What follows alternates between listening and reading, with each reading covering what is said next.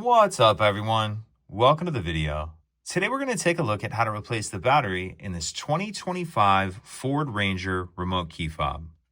This key fob is going to work for the 2019 to 2025 Ford Ranger, and it's going to use replacement battery CR2450.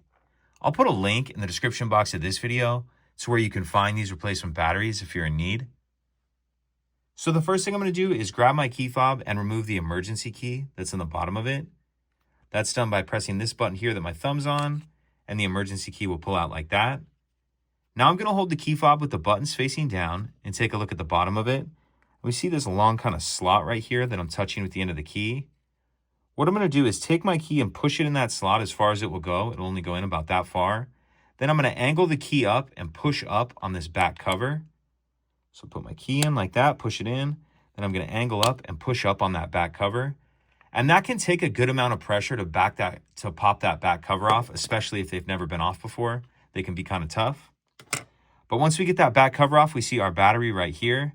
And for this part, I'm going to grab a small screwdriver or even something with a point on it, like a pen. And I'm going to get down in this slot right here, just to get under the edge of the battery and pop it out of that holder.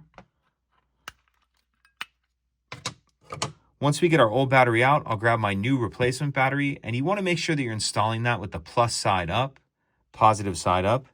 And I'm going to tuck that outer edge in first like that, and then snap the battery down into place.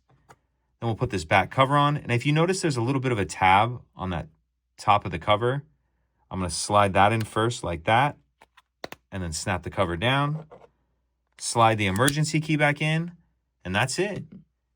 If you could take a second to like and subscribe, it helps us out, and I'd appreciate it. Thank you.